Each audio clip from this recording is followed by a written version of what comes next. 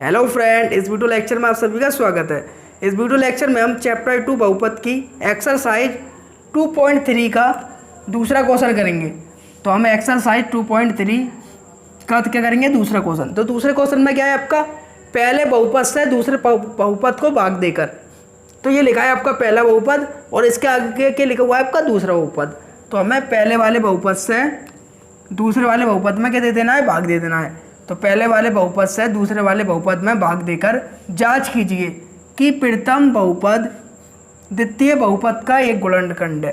तो भाग देकर हमें ये जांच करना है कि जो आपका पहला बहुपद है ये वाला, ये द्वितीय बहुपद का क्या है, एक गुणनखंड। अब हमें पता कैसे चलेगा, जांच कैसे करेंगे जे एक गुणनखंड है कि नहीं। अगर भाग देकर आपका शेषफल, अगर भाग देकर आपका शेषफल 0 आ जाए तो पहला वाला बहुपद दूसरे बहुपद का एक गुणनखंड है। अगर शेषफल 0 नहीं आए तो गुणनखंड नहीं है, सिंपल सी बात है। तो पहला क्वेश्चन करते हैं।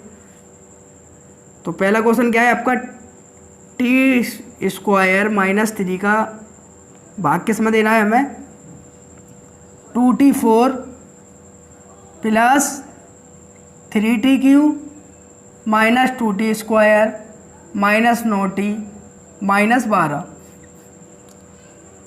तो हमें यहाँ पर क्या लाना है, 2t4 लाना है। तो t² में ऐसे बहुपद का गुणा करो कि गुणा करके क्या आ जाए आपका 2t4 आ जाए। तो इसमें हमने गुणा कर दिया 2t² का। तो t² में गुणा होगा तो क्या आएगा आपका 2t4। फिर -3 का इसमें गुणा हुआ तो 3 दूनी 6, तो माइनस के क्या आ गया आपका 6t²। तो जिस घात वाला बहुपद होता है, अगर आपका 2 घात वाला बहुपद है तो उसको 2 घात, अगर 2 घात वाला बहुपद है तो उसे 2 घात वाले के नीचे लिख दो, और अगर आपका 1 घात वाला है तो उसको 1 घात वाले के नीचे लिख दो। लेकिन गुणा करके हमारा क्या है, जब हमने -3 का गुणा किस में करा, 2t² में, तो 3 दूनी 6, तो 2 घात वाला था इसलिए इसे 2 घात वाले के नीचे उतार दिया। अगर आपका 3 घात वाला होता तो हम इसे 3 वाले घात के नीचे उतार देते। फिर क्या करते हैं, विपरीत चिन्ह ले लेते हैं। तो यहाँ पर क्या था आपका प्लस का, तो प्लस का विपरीत माइनस, या माइनस है माइनस का विपरीत प्लस, ये दोनों के हो गए आपके कैंसिल। तो प्लस के 6t² में से माइनस के 2t² जाएंगे तो आपका क्या बचेगा 4t²। तो पहले बड़ी घात वाला उतार लें 3t³ और प्लस के बचे आपके 4t² माइनस के 9t और माइनस के 12। अब हमें क्या लाना है, 3t³ लाना है। तो t² में ऐसी संख्या का गुणा करें क्या आ जाए 3t³। तो हमने यहाँ गुणा कर दिया प्लस के 3t का। तो t² में प्लस 3t का गुणा होगा तो आपका क्या आएगा 3t³।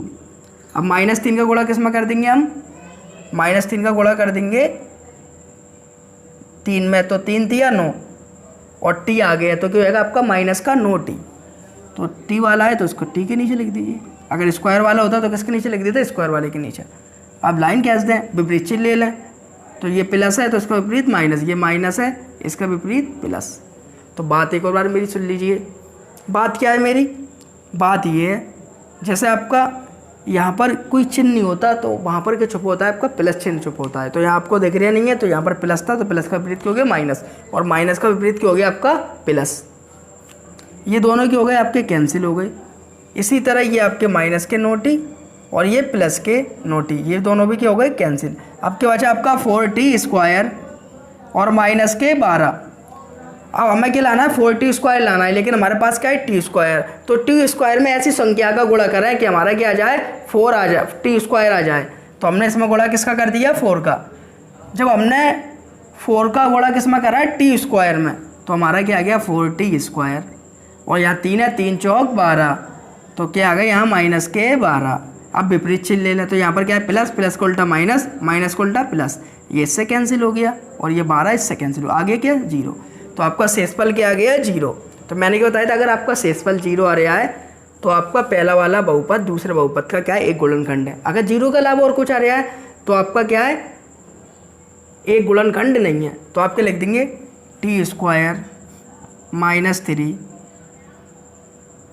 t² - 3 दूसरे बहुपद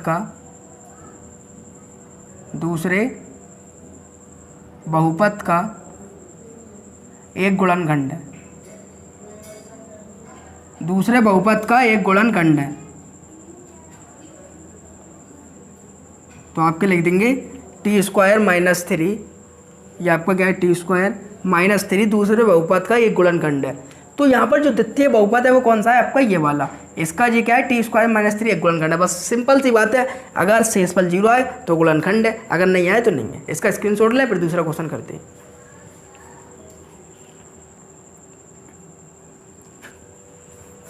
अब करते हैं हम दूसरा क्वेश्चन। तो दूसरा क्वेश्चन क्या है, x square plus 3x plus 1 और 3x पे घात 4 plus 5x cube minus 7x square plus 2x plus 2। तो ये आपका है दूसरा बहुपद, और दूसरा बहुपद ये उतार लिया है, और इसमें भाग किसका देना है, पहले बहुपद का। पहला बहुपद क्या है, x square plus 3x plus 1। तो हमें क्या लाना है, 3x पे घात 4, लेकिन हमारे पास क्या है एक्स स्क्वायर। तो एक्स स्क्वायर में ऐसे बहुपद का गुणा करो कि आपका क्या आ जाए, 3x पे घात 4 आ जाए। तो ऐसे पद का गुणा करो, तो हमने किसका गुणा कर दिया, 3x स्क्वायर का गुणा कर दिया। जब हम 3x स्क्वायर का एक्स स्क्वायर में गुणा करेंगे तो हमारा क्या आ जाएगा, 3x पे घात 4। अब 3x स्क्वायर का गुणा किस में होगा, 3x में, तो 3 तिया 9, एक्स स्क्वायर का गुणा हुआ x में, क्या हो जाएगा 9x क्यूब। अब एक का गुणा किस में होना है आपका, 3x स्क्वायर में। तो एक का गुणा 3x स्क्वायर में हुआ तो कितना आ गया, प्लस के 3x स्क्वायर। हमने लाइन खींच ली। अब क्या कर देंगे, विपरीत चिन्ह। तो 3x4 किसका है, प्लस का, इसका विपरीत माइनस, ये प्लस, इसका विपरीत माइनस, ये प्लस, इसका विपरीत माइनस। तो ये क्या है आपका प्लस का, ये किसका है माइनस का, ये हो गया कैंसिल। प्लस के 5x क्यू हैं और नीचे माइनस के 9x क्यू हैं। तो माइनस के 9x क्यू में से प्लस के 5x क्यू गई तो कितना बचे, माइनस के 4x क्यू। और ऊपर कितने हैं, माइनस के 7x स्क्वायर है, और नीचे माइनस के 3x स्क्वायर है। तो माइनस माइनस के जाएंगे, जुड़ जाएंगे। तो माइनस के 10x स्क्वायर और प्लस के 2x ऐसी की ऐसी और प्लस के 2 ऐसी की ऐसी। तो आपका एक रह गया, वो सॉरी ठीक है पूरा, तो प्लस के 2। तो एक और बार देखिए, ये कैंसिल हो गए, 9 में से 5 गए, कितने बचे 4x क्यू, और ये दोनों माइनस के थे जुड़ गए, और 2x ऐसे उतार लिया और प्लस 2 ऐसे उतार लिया। अब हमें क्या लाना है, माइनस के 4x क्यू। तो हमारे पास प्लस का चिन्ह है, माइनस का तो नहीं है, तो माइनस का चिन्ह लगा दिया यहाँ पर। अब x स्क्वायर है, हमें क्या बनाना है, 4x क्यू। तो हमने इसमें गुणा कर दिया 4x का। तो माइनस के 4x में जब x स्क्वायर का गुणा होगा तो क्या बन जाएगा आपका, माइनस के 4x क्यू। तो बस आप खुद देख लें कितने जो लाना है उतने गुणा कर दीजिए। तो माइनस के 4x क्यू आ गया। अब 3x का गुणा होना है 4x में, तो 3 चौक 12 प्लस माइनस माइनस, तो x वाला है तो इसके नीचे उतार दीजिए, वो सॉरी ठीक है।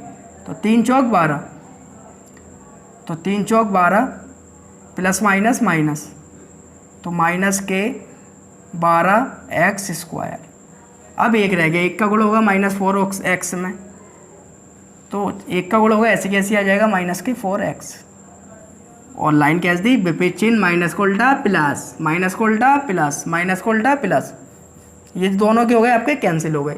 अब ये देख लें, यहाँ माइनस के 10x स्क्वायर है और पीछे नीचे क्या है, प्लस के 12x स्क्वायर। तो 12 प्लस के 12 में से माइनस के 10 गई तो क्या बचा आपका, प्लस के 2x स्क्वायर। अब यहाँ पर ऊपर क्या है, प्लस के 2x, नीचे क्या है, प्लस के 4x। तो जोड़ के कितने होंगे, प्लस के 6x, और आगे क्या लिखा है, प्लस के 2। ये नीचे उतर गया। अब हमें क्या लाना है, 2x स्क्वायर, लेकिन हमारे पास क्या है, x स्क्वायर। तो यहाँ पर हम 2 का गुणा कर दें प्लस का। जब x स्क्वायर का प्लस 2 में गुणा होगा तो क्या आएगा, प्लस के 2x स्क्वायर। अब 3x का 2 में गुणा होगा तो कितना आएगा आपका, प्लस के 6x, और 1 का गुणा 2 में होगा तो क्या आएगा, 2। अब इसका विपरीत चिन्ह लेना है, ये प्लस का तो माइनस, ये प्लस, ये माइनस, ये प्लस, ये माइनस, ये सब एक से हैं। ये क्या हो गया, कैंसिल। और नीचे क्या आ गया, शेषफल 0। अगर आपका शेषफल 0 आ जाए तो क्या है आपका, पहला वाला बहुपद दूसरे बहुपद का गुणनखंड है, और नहीं आए तो नहीं है, आ गया तो गुणनखंड है। तो आपके लिख देंगे x square plus 3x plus 1 दूसरे बहुपद का मतलब ये वाला बहुपद, दूसरे बहुपद का एक गुणनखंड है, दूसरे बहुपद का एक गुणनखंड है, दूसरे बहुपद का एक गुणनखंड है, क्योंकि इसका शेषफल 0 है। क्योंकि इसका शेषफल 0 है। अगर भाग देने पर आपका शेषफल 0 आ रहा है तो क्या है, आपका ये गुणनखंड है। इसका स्क्रीनशॉट लें, फिर तीसरा क्वेश्चन करते हैं।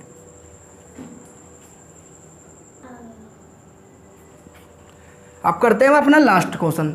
तो लास्ट क्वेश्चन क्या है हमारा, x² माइनस 3x प्लस 1, ये आपका लिखा हुआ है। इसका हमें किस में भाग देना है, इसमें x पर घात 5 माइनस 4x³ प्लस के x² प्लस के 3x प्लस के 1। तो ये तीसरा क्वेश्चन मैंने उतार दिया है। तो इसमें हमें किसका भाग देना है, x² माइनस 3x प्लस 1, और चेक करना है कि इसका एक गुणनखंड है ये नहीं, यानी x² माइनस 3x प्लस 1 इस बहुपद का एक गुणनखंड है ये नहीं। अगर शेषफल 0 आ रहा है तो गुणनखंड है, और नहीं आ रहा है तो 0 नहीं है, तो गुणनखंड कर दीजिए। तो हमें क्या लाना है, x पर घात 5, लेकिन हमारे पास क्या है, x पर घात 3, तो इसमें x² का गुणा कर दीजिए। तो यहाँ पर क्या आएगा आपका x पर घात 5। अब माइनस 3x का इसमें x² में गुणा हुआ तो कितना आएगा, माइनस के 3x³ और प्लस 1 का गुणा हुआ तो क्या आएगा, प्लस के x²।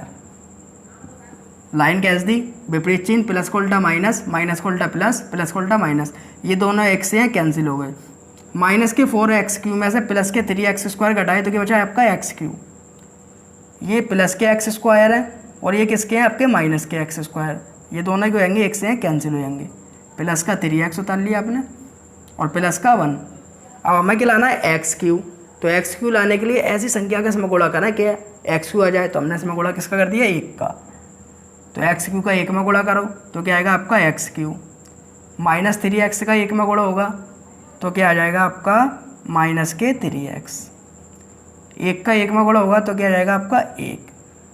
अब विपरीत चिन्ह ले लो, x³ का ये किसका है, प्लस का, तो विपरीत माइनस, ये माइनस है इसका प्लस उल्टा प्लस, ये प्लस है इसका उल्टा माइनस, ये दोनों एक से ये कैंसिल हो गए। ये प्लस का ये माइनस का ये दोनों कैंसिल हो गए। अब आप ज़बरदस्ती इसको कैंसिल करना चाहो तो ये नहीं होगा, क्योंकि ये भी प्लस का है ये भी प्लस का है, तो ये दोनों जुड़ के क्या हो जाएगा 6x। और शेषफल हमारा 0 आया नहीं है तो क्या लिख देंगे आप, x³ माइनस 3x प्लस 1 दूसरे बहुपद का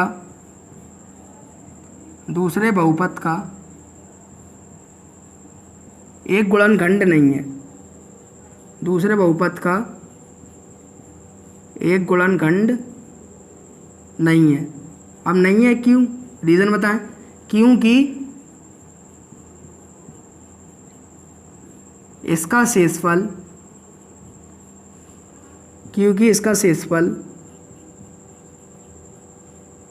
0 नहीं है। तो सीधी से अच्छी बात मैंने आपको बताई, अगर भाग देने पर आपका शेषफल 0 आ रहा है तो आपका क्या है, पहला वाला बहुपद दूसरे वाले बहुपद का एक गुणनखंड है, और इसके अलावा और कुछ आ रहा है तो आपका पहला वाला बहुपद दूसरे वाले बहुपद का एक गुणनखंड नहीं है। क्यों नहीं है, क्योंकि इसका शेषफल 0 नहीं है। इसका आप स्क्रीनशॉट ले लें।